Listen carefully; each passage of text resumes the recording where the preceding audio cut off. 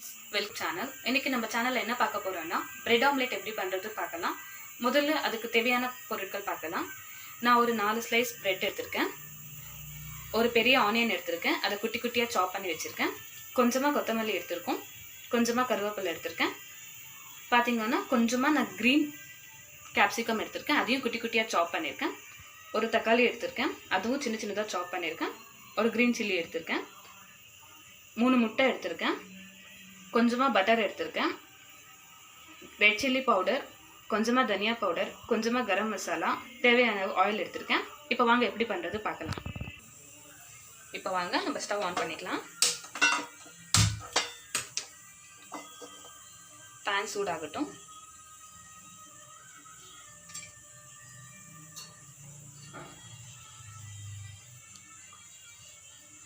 இப்போ பார்த்தீங்கன்னா பேன் நல்லா சூடாயிடுச்சு. நான் கொஞ்சமாக ஆயில் சேர்த்துக்கிறேன்.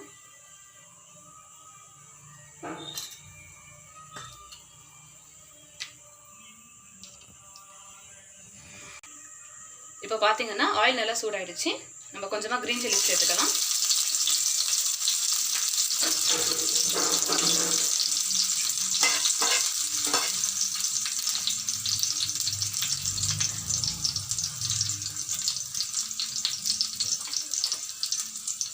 நான் கொஞ்சமாக கறி லீவ்ஸ் சேர்த்துக்கிறேன்.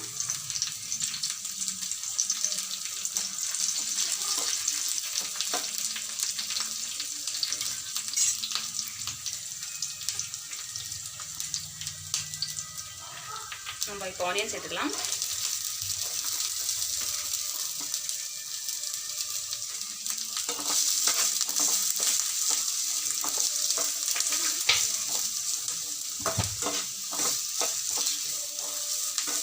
இப்போ ஆனியன் ரொம்ப ஃப்ரை ஆகணும்னு அவசியம் இல்லை, கொஞ்சமாக ஃப்ரை பண்ணிக்கலாம்.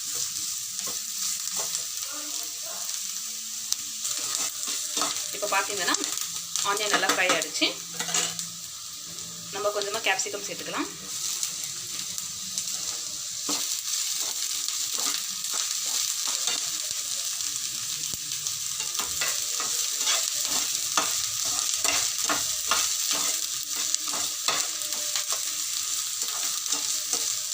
கேப்சிகம் கூட நம்மளுக்கு ரொம்ப ஃப்ரை ஆகணும்னு அவசியம் இல்லை, லைட்டாக ஃப்ரை பண்ணால் போதும்.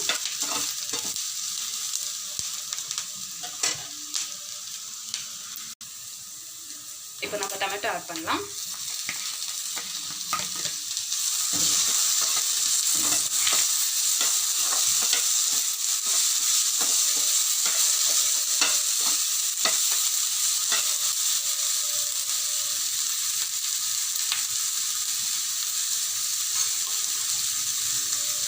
இப்போ நம்ம கொஞ்சமாக சால்ட் சேர்த்துக்கலாம்.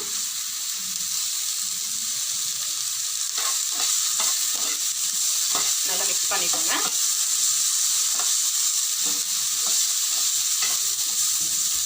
இப்போ பார்த்தீங்கன்னா நம்மளுக்கு இவ்வளோ ஃப்ரை ஆனால் போதும்.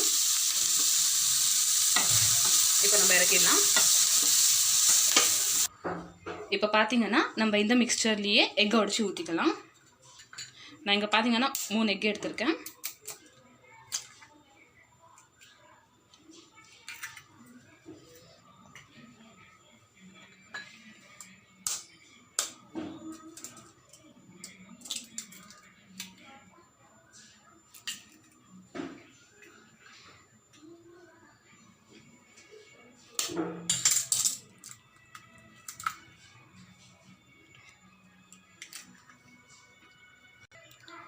இப்போ இதை நம்ம நல்லா மிக்ஸ் பண்ணிக்கலாம்.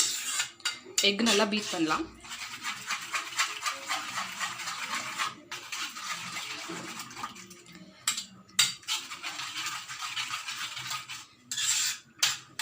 உங்களால் எவ்வளோ நல்லா முடியுதோ அவ்வளோ நல்லா பீட் பண்ணிக்கோங்க.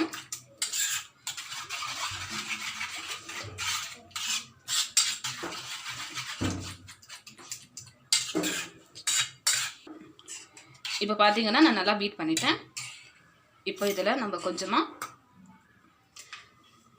கொத்தமல்லி சேர்த்துக்க போகிறோம். நான் ஃப்ரை பண்ணும்போது கொத்தமல்லி போடலை, ஏன்னா அந்த ஃப்ளேவர் இதுக்கு நல்லா இருக்காது. ஸோ நீங்கள் இப்போ ஃப்ரெஷ்ஷாக போட்டுக்கோங்க. நான் இப்போ இதில் கொஞ்சமாக கரம் மசாலா போட போகிறேன்.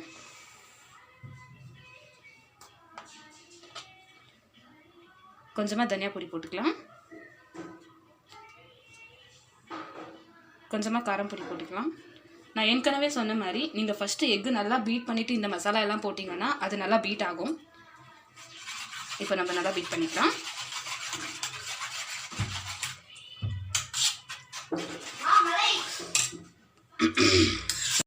இப்போ நான் நல்லா பீட் பண்ணிட்டேன் பாருங்கள். இப்போ பாருங்கள் மசாலா எல்லாம் நல்லா மிக்ஸ் ஆகிடுச்சு. இப்போ இந்த மிக்சர் ரெடி ஆகிடுச்சு.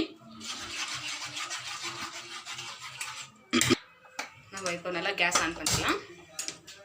நான் ஒரு பேன் வச்சுருக்கேன். பேன் சூடாகட்டும். இப்போ நம்ம பட்டர் ஆட் பண்ணிக்கலாம்.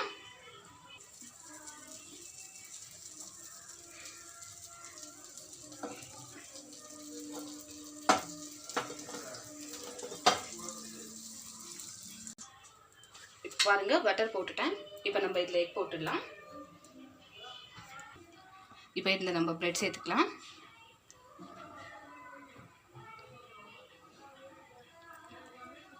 இப்போ பார்த்தீங்கன்னா பிரெட்டில் நல்லா எக் சேர்ந்துடுச்சு. இப்போ நம்ம இது தவா மேலே போட்டுக்கலாம்.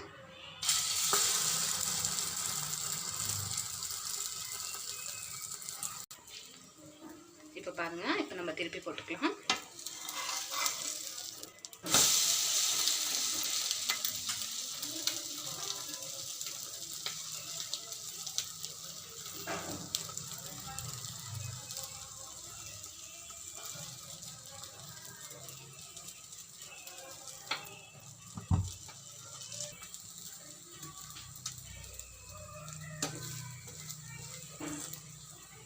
இப்போ பார்த்தீங்கன்னா நல்ல ஃப்ளேவர் வருது. அந்த பட்டர் அந்த ப்ரெட் நல்ல ஃப்ளேவர் கொடுக்குது. உங்களுக்கு பட்டர் பிடிக்காதுன்னா நீங்கள் ஆயில் கூட சேர்த்துக்கலாம், ப்ராப்ளம் இல்லை.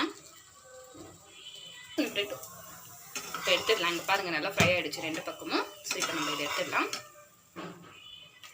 ஃப்ரெண்ட்ஸ், ரெடி ஆகிடுச்சு. இதை நீங்கள் வீட்டில் செஞ்சு பாருங்கள், உங்களுக்கு ரொம்ப பிடிக்கும். உங்களுக்கு இது பிடிச்சிருந்துச்சுன்னா இந்த வீடியோவை லைக் பண்ணுங்கள், ஷேர் பண்ணுங்கள், எங்கள் சேனலை சப்ஸ்கிரைப் பண்ணுங்கள். தேங்க்யூ.